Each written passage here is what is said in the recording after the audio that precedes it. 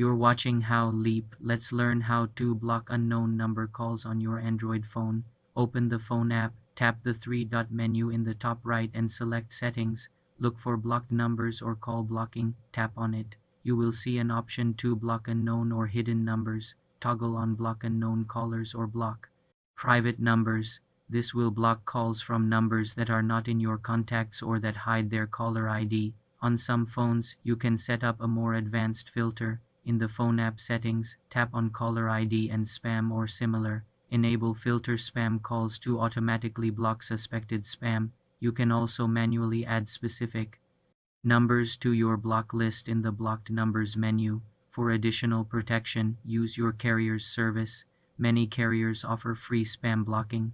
Contact them to enable it. Another method is to use the Do Not Disturb mode. Go to Settings, Sound, Do Not Disturb. Under Allowed Calls, select calls from contacts only. This silences all unknown callers. Remember, blocking unknown calls might also block legitimate calls from businesses or doctors, so use with caution. You can always unblock by toggling the setting off. For more simple computer tutorials, subscribe to the channel.